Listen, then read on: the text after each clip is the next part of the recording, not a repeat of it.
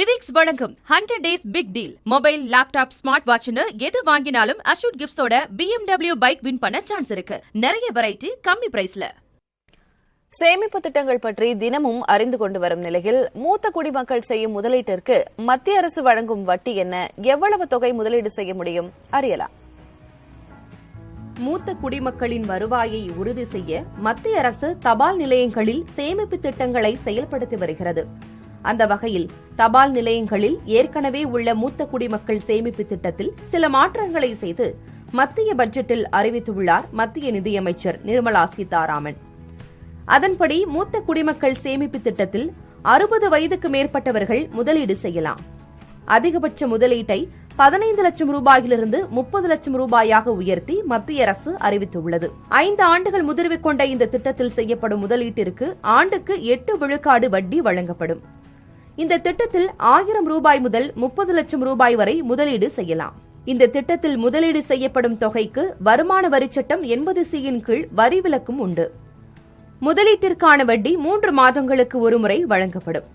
வட்டி வருமானம் ஆண்டுக்கு 50,000 ரூபாய்க்கு மேல் இருந்தால் அதற்கு வருமான வரி வசூலிக்கப்படும்.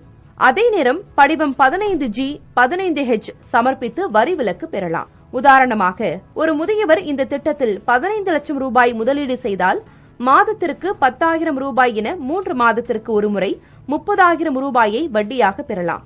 அதேபோல மூத்த குடிமக்கள் சேமிப்பு திட்டத்தில் 30 லட்சம் ரூபாய் முதலீடு செய்தவருக்கு மாதத்திற்கு 20,000 ரூபாய் என 3 மாதங்களுக்கு 60,000 ரூபாய் வட்டி வருவாய் கிடைக்கும்.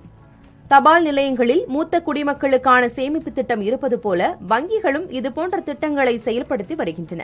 நாட்டின் மிகப்பெரிய பொதுத்துறை வங்கியான பாரத ஸ்டேட் பேங்க் 5 ஆண்டுகள் வரையிலான மூத்த குடிமக்கள் டெபாசிட்டிற்கு ஆண்டுக்கு 7.25 விழுக்காடு வட்டி வழங்குகிறது. அதேபோல கனரா வங்கி ஆண்டுக்கு 6.75 விழுக்காடும், பஞ்சாப் நேஷனல் வங்கி ஆண்டுக்கு 7 விழுக்காடும் வட்டி வழங்குகின்றன. தனியார் துறையில் முன்னணியில் உள்ள ஆக்சிஸ் வங்கி 7.85 விழுக்காடும், HDFC வங்கி 7.75 விழுக்காடும் வட்டி வழங்குகின்றன. தபால் நிலையத்தில் அதிகபட்சமாக 30 லட்சம் ரூபாய் வரை முதலீடு செய்யலாம்.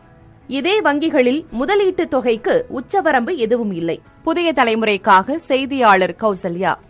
விவிக்ஸ் வழங்கும் 100 days big deal. Mobile, laptop, smart வாட்ச்னு எது வாங்கினாலும் அஷூட் கிஃப்ட்ஸோட BMW பைக் வின் பண்ண சான்ஸ் இருக்கு. நிறைய வெரைட்டி, கம்மி பிரைஸ்ல.